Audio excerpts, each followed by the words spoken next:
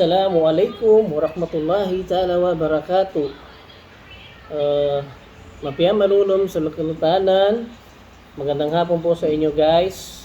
No? So, ngayong oras na ito, meron lang tayong i-flex na regalo. Wow! Dahil nakatanggap po tayo ng magandang regalo, i-flex ko sa inyo guys.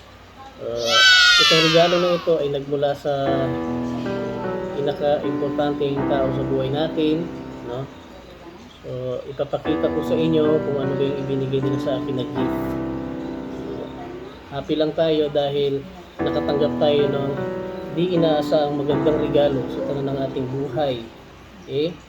So, tayo po ay nakatanggap ng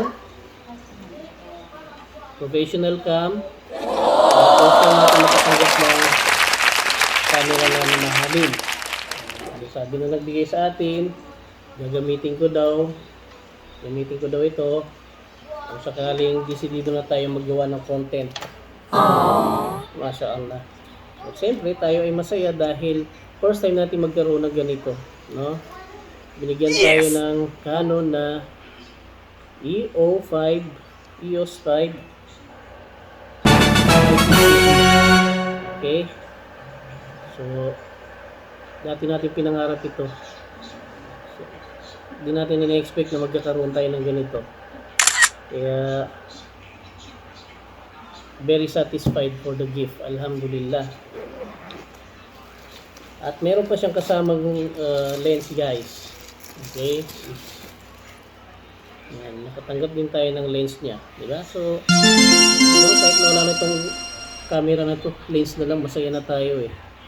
Diba, dito pa lang sa lens na ito, happy na talaga tayo. Wow! So yun, ang regalo natin ay nagmula kay Auntie Faricia Pasawilan at kay Bapakagi Pasawilan. Masasabi ko lang, maraming salamat sa binigay niyo sa akin na gift, Auntie Faricia and Bapakagi. So makakaasa kayo na iingatan ko ito. Dahil ito po yung special nagmula po sa inyo. So, masaya tayo na nakatanggap tayo ng ganitong camera. Alhamdulillah.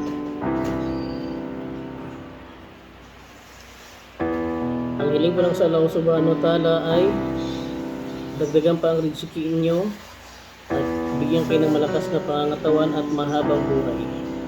So, yan guys. Advice ko lang din na kumbaga magpatuloy lang tayo sa paggawa ng kabutihan kasi bawat kabutihan na ating ginagawa ay mayroong kapalit. Di man tayo nag-i-expect ng kapalit pero si Allah na mismo ang magbibigay ng kapalit nito. Dahil yan ang ipinangako ng Allah subhanahu wa ta'ala. Syukran!